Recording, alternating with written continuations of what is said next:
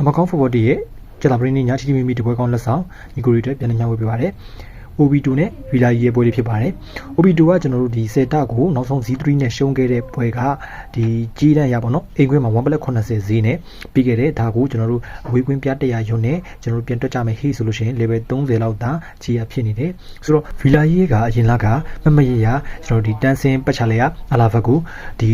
တည်ခတ်ခဲ့တာတော့ရှိတယ်ဒါပေမဲ့ဒီနောက်ွယ်ကကျွန်တော်တို့မမြင်နိုင်တဲ့ကန့်လန့်မှုတွေလည်းရှိကောင်းရှိချင်းရှိလိမ့်မယ်ဆိုတော့တကယ်တမ်းပြန်ခက်ပြထားတော့ကျွန်တော်တို့ဒီနောက်ဆုံး3ပွဲမှာဂီရိုနတ်ထချီမြင်းနေပေါ့နော်ဂီရိုနာတော့ဇီဝနဲ့ရှုံးတယ်မှတ်မိမယ်ဂီရိုနတ်ထချီမြင်းနဲ့ဆိုစီတက်နဲ့ဘီ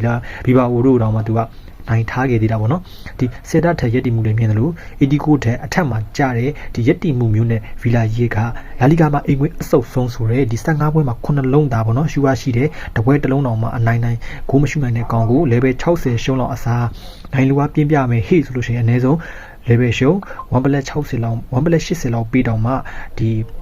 ပြီးချင်ပေးလို့ရတဲ့ရက်တီမှုမျိုးတွေဖြစ်နေတဲ့အတွက်ဒီပေးတဲ့ဈေးတန်းထက်နေလို့ခံစားမိတဲ့အတွက်ကျွန်တော် OV2 body ကိုနှစ်သက်မိတာဖြစ်ပါတယ်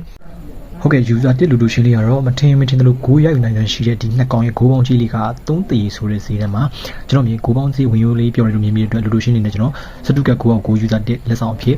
တင်ပြလိုက်ပါတယ်ဒီမီတပွဲကောင်းနေကြည့်ဖို့ညီကိုဒီ channel ကို like and subscribe လုပ်ထားပါအခု short media telegram channel လေးအောက်မှာထည့်ပေးထားပါတယ်